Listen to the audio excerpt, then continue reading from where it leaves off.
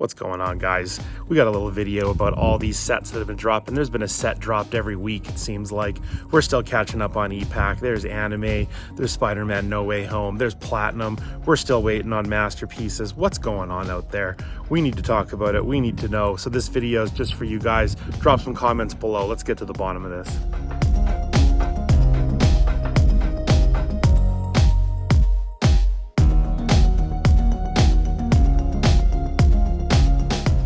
What's going on, everybody? Graydon here at the Last Pack Magic channel. We got Fausto in the building. What's going on, Fausto? Hey, everybody! Excited to be here, man. I'm ready to talk some Marvel cards. Oh man, this has been an interesting little period in the channel time. We have the podcast having been done for season 1, so now I'm filming these videos, and everyone keeps asking me, "Am I a podcast guest?" And this is completely separate from that. We're just doing a little bit of a hobby update and where we're all sitting with everything going on right now. I love it. I love it. I think it's important. It's a good update. You pitched the idea to me. I'm very excited to talk about it and get into the weeds of it. Absolutely. So before we get into the business of today, does everybody know about the Sketch Card Hive channel? Because if you don't, you need to get yourself over there and subscribe. On Thursdays, Fausto releases videos. Some of them are live, some of them are recorded. They are fantastic. You got to be over there on a Thursday to make sure you catch them. Thank you. Second bit of business is that I have been looking at all of the people commenting and following along with the platinum breaks that I've had on the channel. If you enjoy what you're seeing, please subscribe. Trying to build the channel right now. The more people that hit that subscribe button, the more videos I get to make, and I appreciate all of you. We'll leave that right there. On to the next thing. The topic of today is going to be the sets that are getting forgotten about that have come out in the last year. And my God, there have been many of them. It was crazy. I'm excited for you to share with the audience some of the stats you had, because that just blew my mind. I'm still in kind of like, that was only then? That was only like a month ago or however long. Like, it just feels very, very shocking. So what's coming up right now is that I've been starting to go through some of the boxes that I've broken. I move a lot slower in the collective space than a lot of people. I know that everyone's breaking recent product and doing a whole lot of things, but I'm still sorting through Midnight Suns, and that was a month ago. How is that a month ago? And there's something going on in the hobby right now where we're all chasing the newest, hottest thing, and it's a mistake. We're missing out on what has been released with amazing inserts. Like these products haven't been broken enough. Beginnings being a perfect example of that. We have all started to see cases of them on Epack get hit, and we're missing out on a lot of things right now. So I want to talk about that today, Fausto. I love it. Marvel Mania. I actually love the title of that. I think it's great. I think the other thing to be really conscious of is that, like, it's funny. There's going to be a lot more sets coming. And you said an amazing statistic just recently of like how many sets have come out. Like, it was, I don't remember it because I'm still like, there have been more sets that came out in the last 2 years than came out in the last like 6 years. Like, we're working on like a set per month and trying to all keep up with it. People with channels are trying to break boxes and stay excited about it, and it's just moving too quickly. Like, I still haven't worked my way through Beginnings and Allegiance Avengers with comic cuts and all of the cool numbered cards in there. Like, I'm still enjoying that product, and we're moving on to Flares coming out soon. It's like, it's all just happening. I've never even touched the Flare product from the last time. It's just all happening too fast for me. it's really, and it's only going to get faster. Do you think so? 100%. It's been confirmed. Like, they've mentioned in the past, they want to be more consistent with a set a month. They want to like really get into it. And between physical and Epack releases, which I think Anime 2, which is another set we're not talking about, which is just an amazing set. Right. There are things that are going to be coming out physically in 1 month, and next month the digital, physically 1 month, next month the digital. Or what's really might happen, which is a scary one, is physical, digital every month. And that is pretty intense. You wouldn't think that'd be possible. And I'm including MCU sets in there. I'm including... So am I.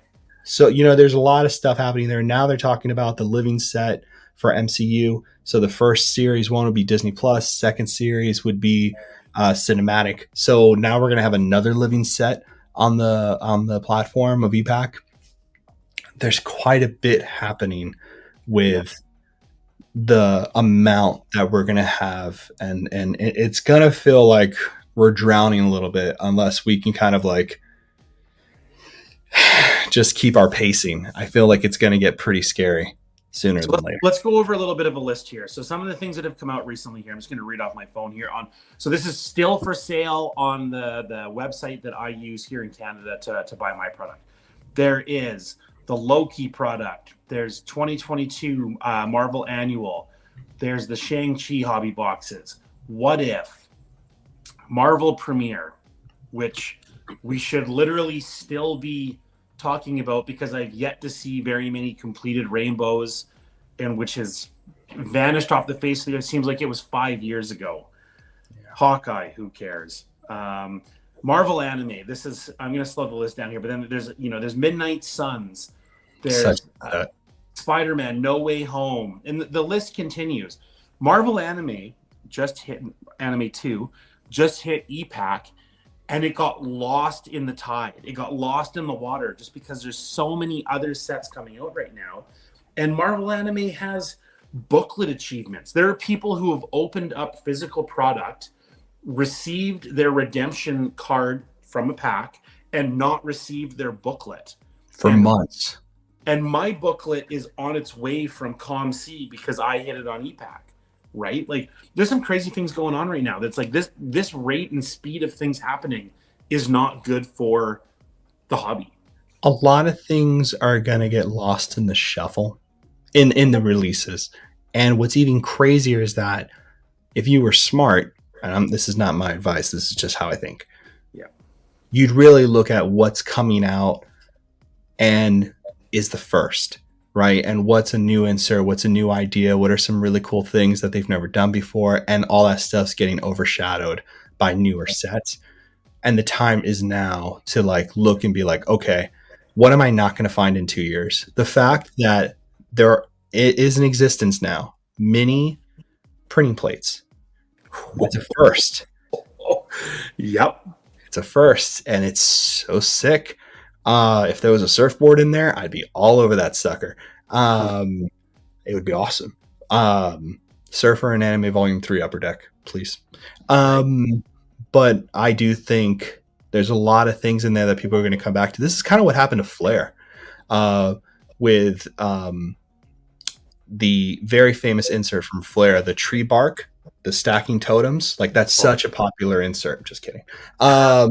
Just kidding. It's not a popular insert. That's a joke. Sorry, terrible joke. Lucky Eights. What's another really good Flare insert? There was another good one. The retros, the buybacks, right? There's a bunch of cool stuff in there. It's stunning stuff. And the buybacks are out of 20. Buybacks are not going to come back every set. I promise you that. I'm 90% sure. I don't know shit. But I'm assuming they're not coming back very frequently because the prices have increased. And when Upper Deck or anybody is going to make a card set, they're going to think of the budget and weigh it out against what they have to do for printing. So very few times are they going to be like, well, these older cards are now super cheap. They're not. They're getting more and more expensive. More people are grading them. Mm-hmm. It's harder to pick them up. So I don't think we're going to see repeated buybacks in the future. Anyway, what I'm trying to get at is this. There was a lot of things that kind of gotten forgotten. People were smart enough to go take a look or be there when it first started, realized how good it was, and were ahead of the game when they weren't able to find things as frequently anymore. Right. On the flip side of all of these products coming out, this is a pretty small channel, and the people watching this aren't watching this and the Marvel, influencer world goes crazy. People who are watching this are targeted about what they're trying to do, and what we want to communicate with you is waiting until these items hit Epack. We're going to share some stories with you here about how prices tank after product goes to Epack. So for myself, I bought a lot of Sabretooth stuff when anime was getting opened. I never opened a box of anime. I never did anything. I bought a lot of cards. So I bought a Hanafudu Sabretooth card. I think I paid $80 for. You can buy that card right now on ComC for $23. Um, a week ago, literally just a week ago, I bought a Sabretooth booklet from Anime on ComC. I paid $120. I saw it on the MCCW group yesterday for $65. So what we're getting at here is that there's an opportunity in waiting for those of you that are character collecting and are concerned about overpaying for a lot of cards. Now is a great time to be holding out for Epack releases and then waiting 2 weeks for everyone to go crazy and then dump their Epack accounts. That's exactly what's going to happen. I've said this so many times in so many videos. You have to know when the right wave, you have to catch the right wave. Yeah. Product releases physical for the first time, the first month and a half, the first couple of weeks, don't touch anything unless it's lower than a number out of 10. Some sets are trying to show that between under 50 and 25 inserts are somehow super expensive. That's not true. In my opinion, that's not true. Those will become cheap unless there is a giant market, which we're going to talk about later in the episode. But in terms of that release, that's not the wave to catch to buy cards.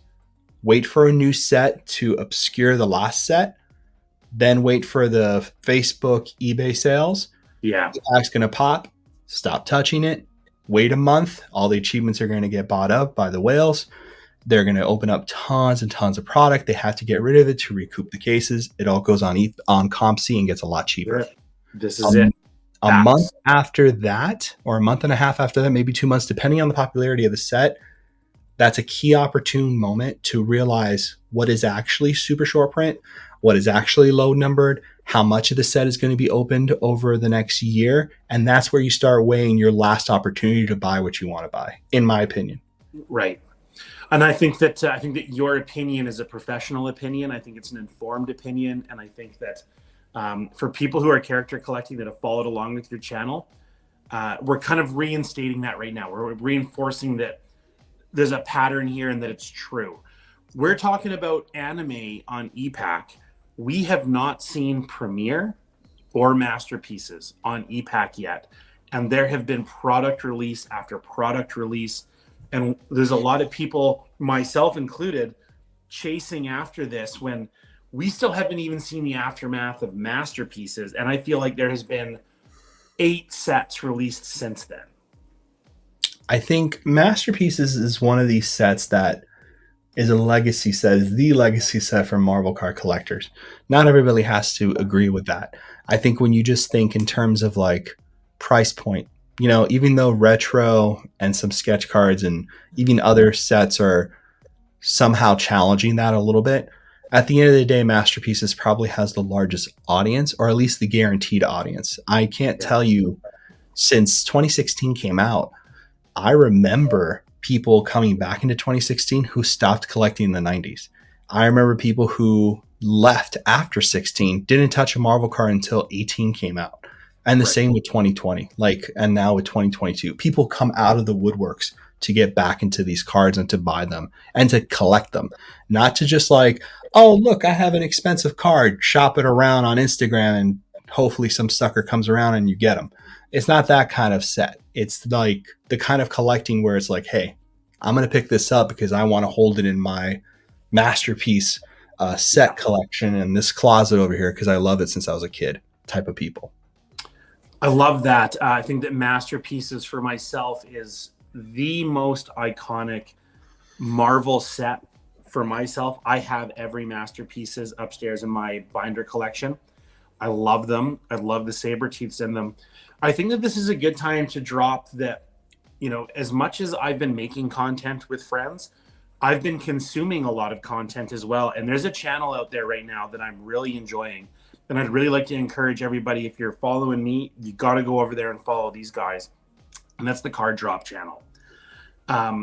Doom Card, there's a lot of guys involved with that too. And everybody has a really interesting outlook on a lot of things. Doom Card is somebody that I really, really enjoy hearing from in the hobby. There was a conversation on their channel recently about one-of-ones. I watched it thoroughly. I watched it twice, and I really enjoyed the conversation. And I agreed the most with Doomcard about picking what the best one of one was.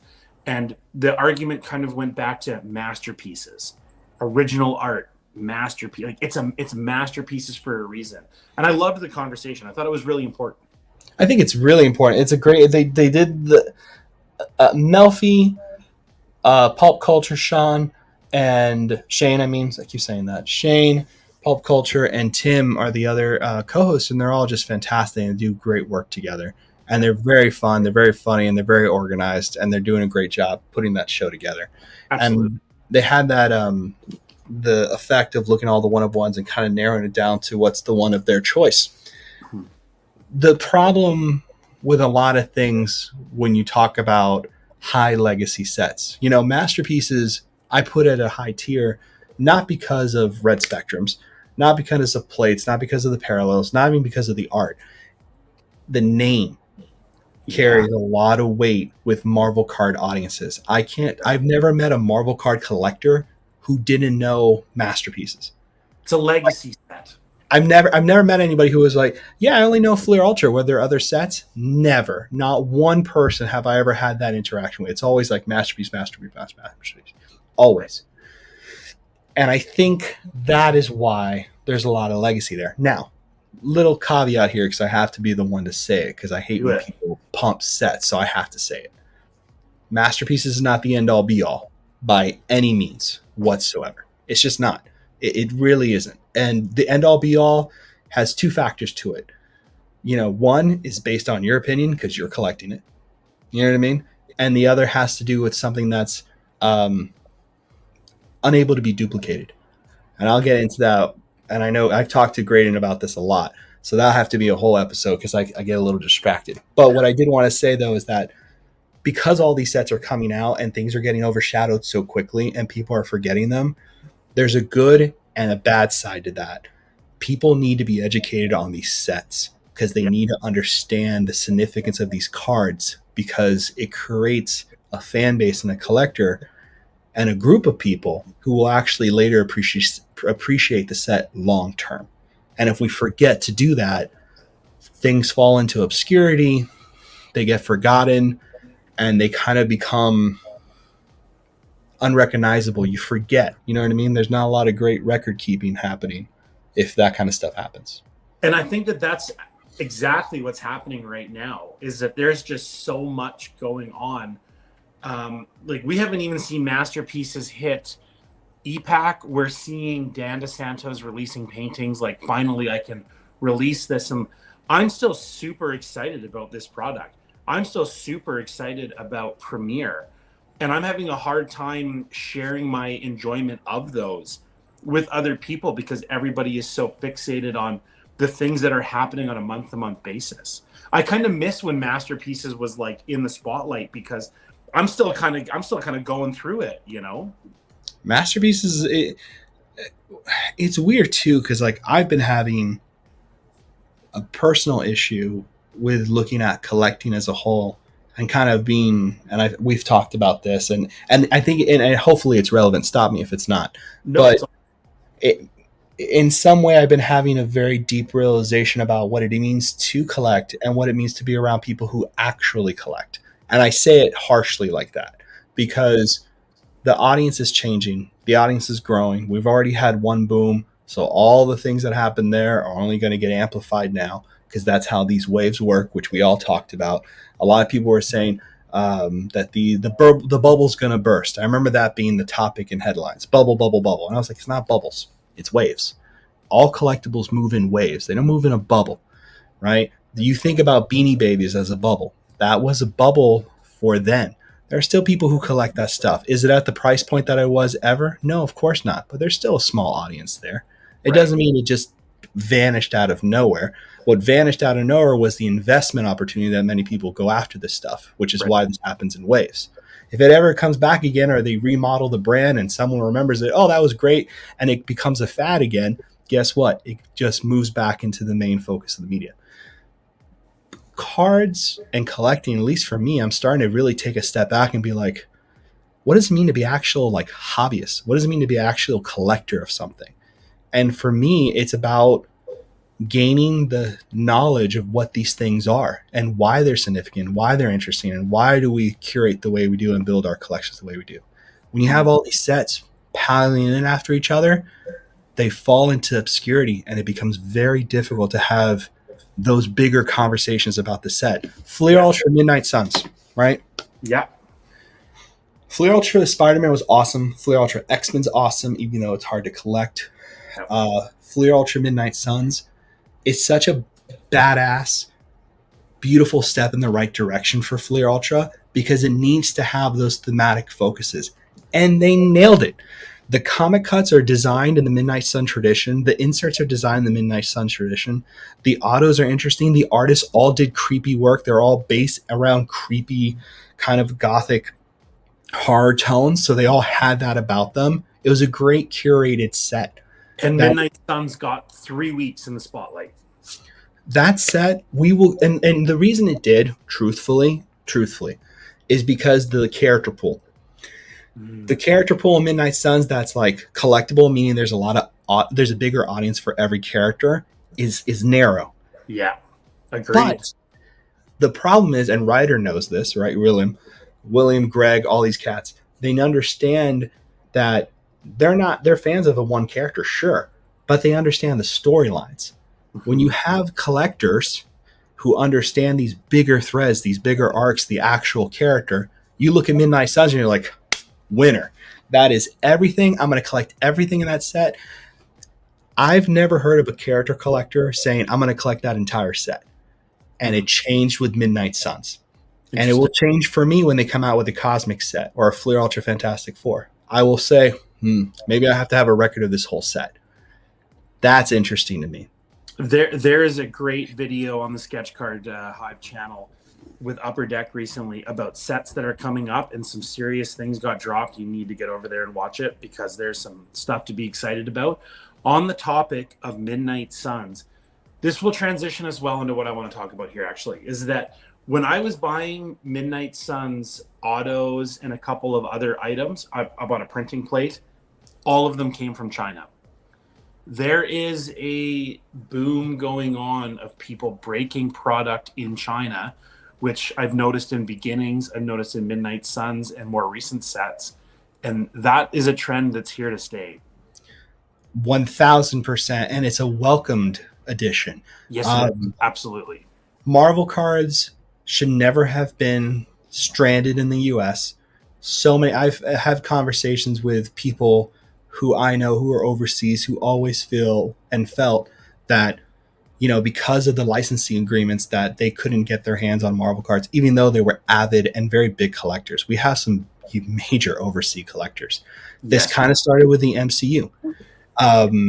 Major collectors over there in Asia were picking up MCU product and then backlogging as well. And a lot of people were saying on certain channels that they're only collecting this or collecting this. And reading between the lines, I can see a lot of people who have interest in these new sets that are coming out. They have interest in these sets because they understand them. I think there's a more of an easier understanding of what these newer sets are. You know what I mean? And they're more frequent, that they are coming out as much as Pokemon, coming out as much as Magic, which are sets over there that people massively collect. Right. Marvel, now that it has that traction and has that kind of movement, it's attracting these type of collectors who have been collecting forever, most likely. Yeah. There's tons of them who've been collecting probably longer, most 100% longer than me. Sports. The sports world is huge. It's massive. So when you see, for instance, I've been looking at Silver Surfer cards that like are case hits and a product that's just come out and being open. And there's a lot of them popping up every day. And I'm like, oh, that's because people are just breaking cases over there. And they're all from China. By the way, I always see a question on Discord, just going to, address it real fast. People are like, if this is coming from China, should I trust it? You're covered in eBay. You really don't have to be. I've never had an issue. I got a card from China today. It came in 3 separate bubble wrappings. I should have done a video of unwrapping it. It was unbelievable. You really have nothing to worry about because you're covered. Shipping. It's cheaper shipping from China than it is from the US. Call me a liar. Go look it up for yourself. I Yeah, guarantee you, that's in Canada. Canada, you can buy a card for $6 shipping, and in the States, it'll be 23 bucks. Truthfully, we have to adapt to this because this is going to become the norm. Yeah, I'm telling you. I think it's great. We were just talking about this before channel though. It's wonderful for character collectors. absolutely the best thing that could have happened.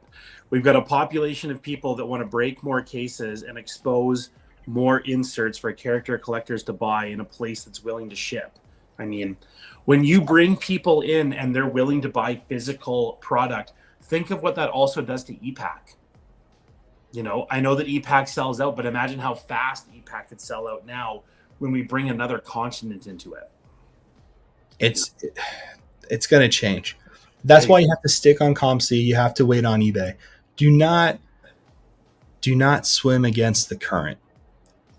I think collectors tend to make that mistake because of FOMO and pure excitement. I know I do. I do too. I'm not a saint about this whatsoever. I'm not super disciplined. I'm okay disciplined, but not crazy disciplined. yeah, You swim against the current, you're going to drown in all this. So really, the key to all of this is just to pace yourself. Look at the serial numbers if you're into that stuff, and you're trying to weigh out the options of how expensive things should be. Wait for the product to get ripped, and just take it. The rule of thumb, and no one knows that this is true. Rule of thumb is that maybe 30% is physical and 70 is being put on Epack. That's the rumor. That's what we assume. And right, the only reason that's important is if you have certain things that are difficult to find in physical. You know what right. I mean? Which you have to outweigh those options. You know what I mean? I think in Flare Ultra and Midnight Suns or other sets that some stuff was only exclusive to physical Fair or enough. something like that. There's like weird things like that. So I would just keep track of that stuff. So I know there are people who are watching this right now and they're like, I've been around a while and I know that other continents have been breaking Marvel cards. We're not saying that this is a first for that ever. Like, please don't misinterpret that as us saying, like, oh, this is a brand new thing. We understand that people overseas break cards. What we're saying is that the amount of sets that have been coming out recently, that they're breaking more of it and that we get to see more things come up and recognize more patterns. I've noticed in recent products, you're seeing an insane amount of one-of-ones come up and very few printing plates. And I don't think we'd get to pick up on those patterns unless there was this amount of product being opened. The other thing I want to say about it is that it took a long time for Fleer Ultra Avengers to sell out on Epack, but there was a way to tell how much was still available. And that's by adding to your cart as many cases as you can come up with and them saying, I'm sorry, sir, madam, there aren't that many cases. There is this number. So it isn't like impossible to figure out what's actually out there.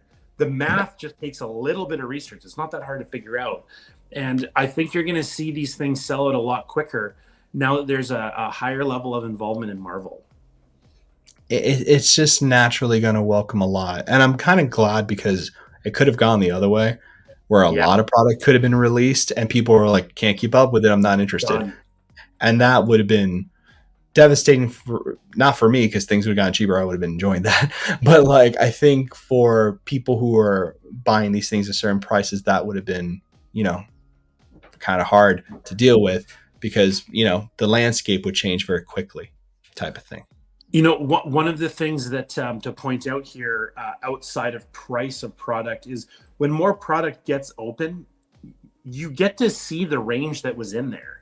Like once everything's been opened, like and you have the conversation about like, oh, like what was missed, what was actually in there, what was the meat and potatoes of it. You can't really have much of that conversation until everything's open. You can't have that conversation. And what happened with Fleer Retro 2013 and 2015 was pretty crazy because you started to realize that people were keeping sealed product. Yeah. That was fun. So when you realize you were like, I've only ever seen 5 of this or like 30 of these cards. Why is that? And you're like, oh, a lot of people are speccing on the set. That's going to happen more and more now. Like I'd be very surprised I think a lot of masterpieces got ripped. Um, I don't know if all of the physical got ripped. I think a lot of it got ripped. it's going to be interesting who picks up the majority of that on Epack and if they open it up all at once. Because I know people on Epack will buy sealed packs and cases and then one a day, or yeah, that's I'm real. so anxious for masterpieces to hit Epack. Like, I'm actually super frustrated about it because so much has happened and come out in a slightly in a non-chronological order, and I need to get masterpieces out of my system. Like, I need to see what the achievements are going to look like before I can be excited about Flair Ultra Wolverine. Like, truthfully, I needed masterpieces to be a chapter that was done before I really got into Midnight Suns. I I think like, what it's I gonna be mean. hard. No, I know it's perfect. It's exactly what no, you're dead on. And I think what's scary for a lot of people is that that's not going to be the case. And I think a lot of people are going to have to budget in whatever surprises they feel might approach them with all this stuff, because it's going to happen. It's happened to me with other sets in the past, but I would not be surprised if there are printing plates for masterpieces for certain inserts. I would not be surprised if there's a auto version of an insert we didn't know about coming up. And It's then, going which brings us to the premiere conversation. I mean, there's still a ton of premiere to get open. tons. Here's a product with a massive sketch with a sketch following, fantastic base cards, printing plate booklets, and we haven't seen it hit Epack, and we have anime out already. And that's not a shot at anime. I love anime. Anime is great. But there's just so much going on. I think that it's really hard to keep up with all of it. And the things that I'm really excited about haven't happened yet. And it makes me hard to be excited about everything that's coming out. I'm like struggling to catch up. It's hard to be gung-ho about certain cards, and I'm personally been trying to figure out a way to understand inserts and sets before they're actually released, so I can temper not only expectations but kind of like my excitement and my the money I want to spend. I've been very good this last set to kind of like stop myself from making certain decisions, which it's nothing on the set or any sets. It's just like a personal time for me. You have the experience to understand what you're doing. And I have different wants and desires for my collection now. So it's just like things have changed a little bit. You know what I mean? But yeah, I think this is going to add a lot of collector fatigue. I think a lot of cards are going to start coming up from old school collectors who don't like the way this is going, which I think is happening. And I think we're going to see more of that. And it'd be interesting to see if a lot of predictions that we have talked about kind of come into reality. And I think we'll know within a month if that's all real, because there's another set coming. I think they said Flair Ultra, or did they say Flair? It was my interview, and I can't remember. Flair should be coming out first, but honestly, at this point, who knows? Who knows? So it would be Flair. Which brings us to the next topic that I want to bring up here. There's a set that got slept on so hard it just went by the wayside, and that was Allegiance Avengers. So we're waiting on Allegiance Trilogy, which I think is supposed to come out before Flair. Correct me if I'm wrong there in the comments. I still haven't got over Allegiance Avengers. There was so much interesting stuff in there. Some great comic cuts, some great autos, a lot of really interesting puzzle pieces. Like, there was just so much happening there. I feel like that set disappeared in 2 weeks. It was like nobody talked about it after 2 weeks, but people who are character collecting, some people have grabbed up some really cool stuff from that and are just hoping that more people open it. Like, I don't think that people understand that there's Wolverine cards that are numbered to 75, 15. Like, there's a lot of characters in this. And they're nice looking too. They're nice looking cards, and we're all so excited about chasing the newest thing. It's like there's a lot of that product still there. Also hasn't hit Epack yet. Came out before anime. It's fun because I always get a little devastated when Surfer's not in every set. I love it because no Sabretooth in that. No, but it's very pretty. Like, there's some nice looking inserts in that. I like a lot of them, and I'm hoping they put Surfer and I've spoken about this with a few people now, but I really hope they put Surfer and the Cosmic characters in the Infinity Right. Gauntlet one. Is that the one that's something? So I'm hoping they do that. I would be pretty devastated if they didn't include those guys in the chapter, unless they're thinking about it from the MCU side. But it's a publishing set, so that would be weird. But yeah. So, Fausto, we've talked about prices coming down after an item hits Epack. There's another angle to this that's happening as a result of all of these sets coming out in such a short period of time. You can now buy Marvel Allegiance, and I don't sell these things. I don't care if you buy them. I'm just telling you. You can now buy these for $65 American. When they came out, they were 127. So there's not only an EPAC discount that goes on once an item hits them.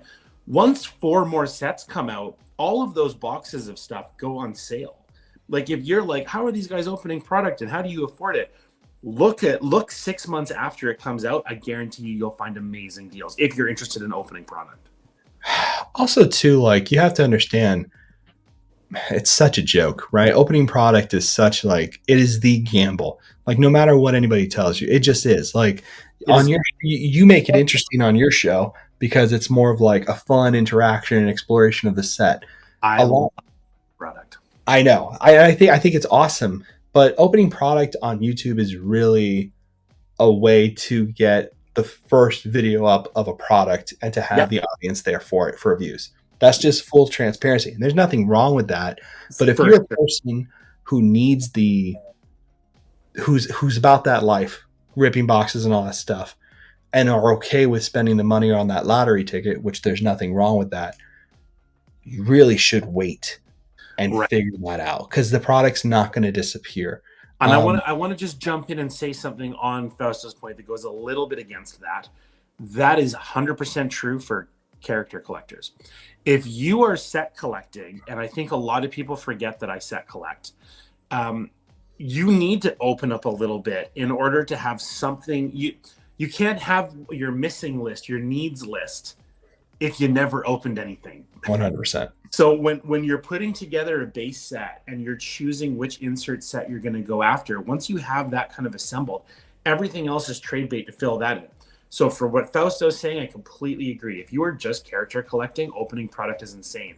But when you're set collecting, you sort of have to.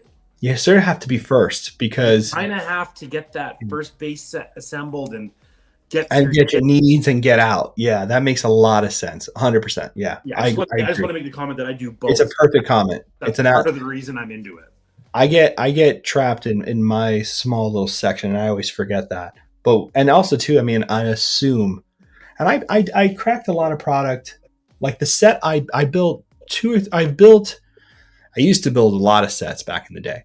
The sets that I built more modern, more like recent, I built the GameStop Marvel Legends exclusive cards, the foil and the others.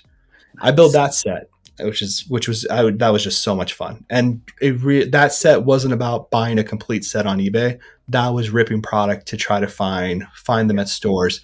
The hunt and opening packs was all in one, in one thing. You know what I mean? There was no separating the fact that I had to open product in order to experience the full hunt of the set.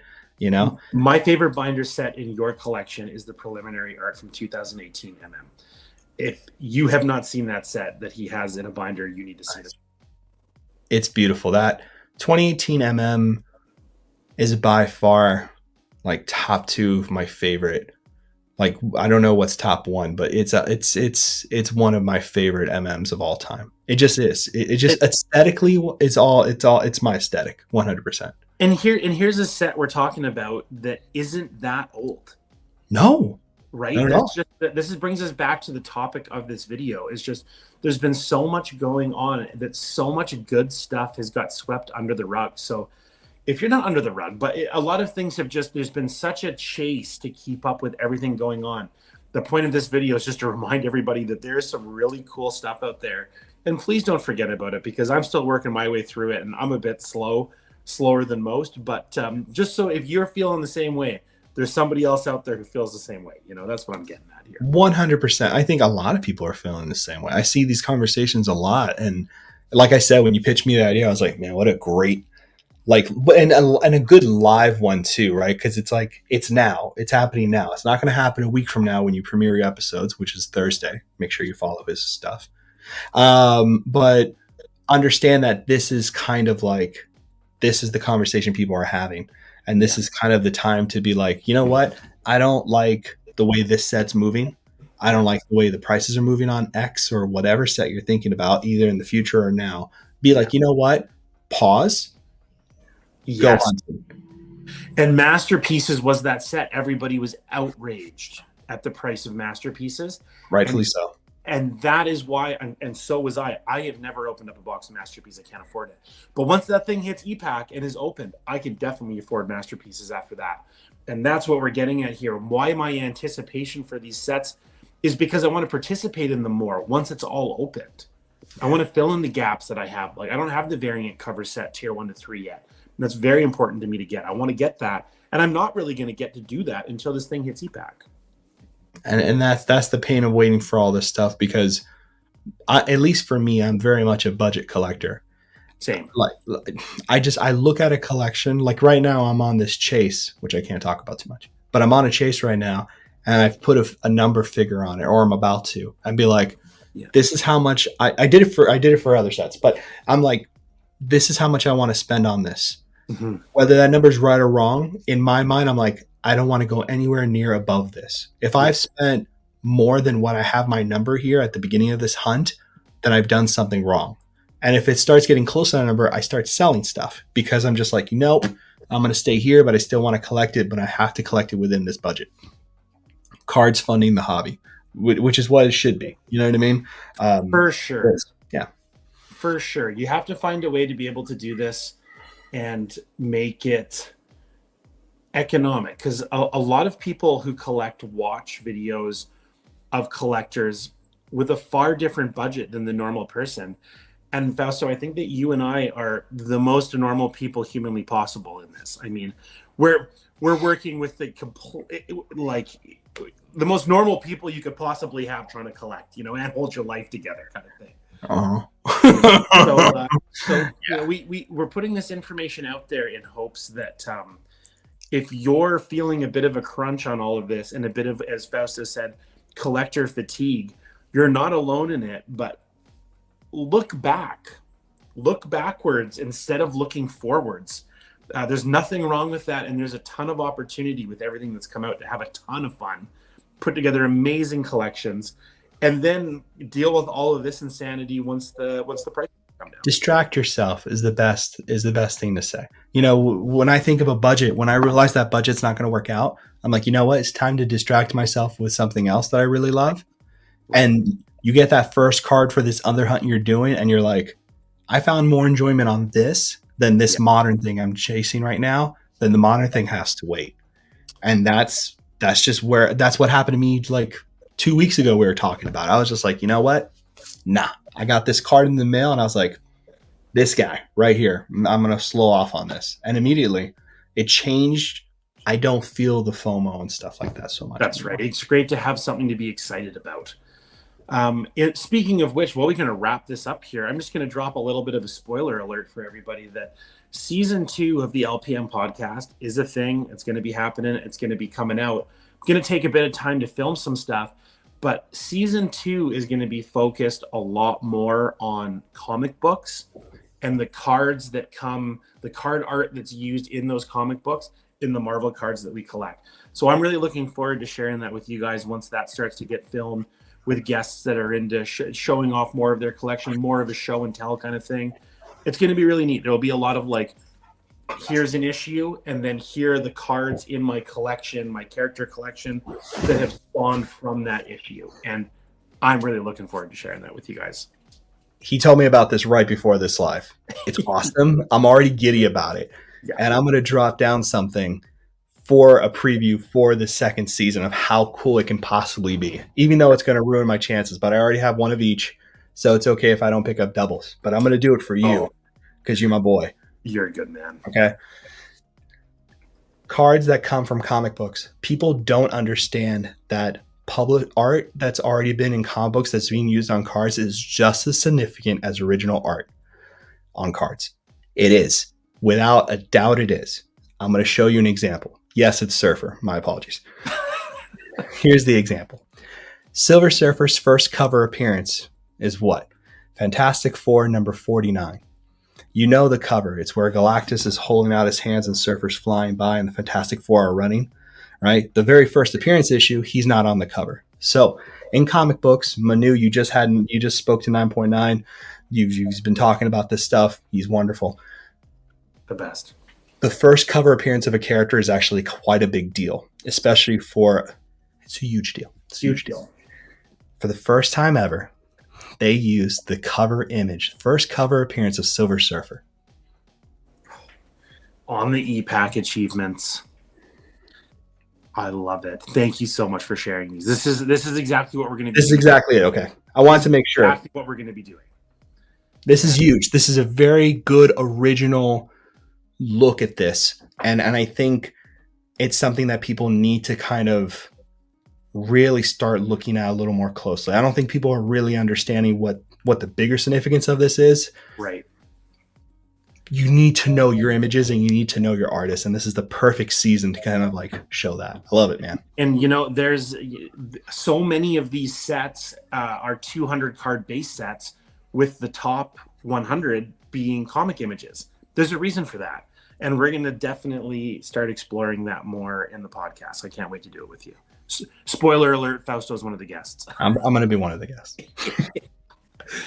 Is there anything else that you want to say about what's coming up for you, Fausto? What's going on with you, buddy? I can be really devilish. Oh boy. Okay. So I'm gonna pose a question to everybody, and I'm gonna pose it here first because this is something that I've been thinking about. And I was gonna post it on my Facebook story, but I don't want to piss people off, but it's gonna happen anyway. But it's a question that I've been thinking about, and I haven't told Graydon yet, so this will be fun to see his face when I say it. Is it possible for there to be a card that more than one of exist that is more valuable than a serial numbered card 1 out of 1?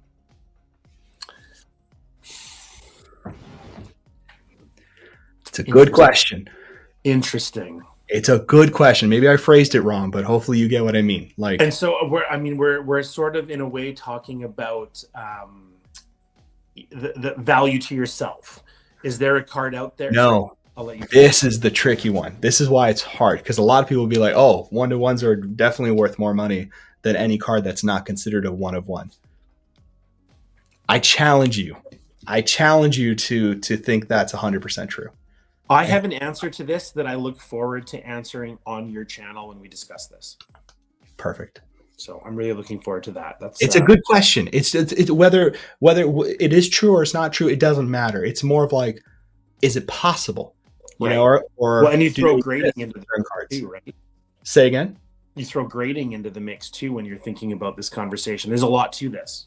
There's a lot to this, and it's just a good question to have when a lot of cards are coming out that are their primary selling point is the serial number and the color change. And I just think it's a conversation that needs to be out there.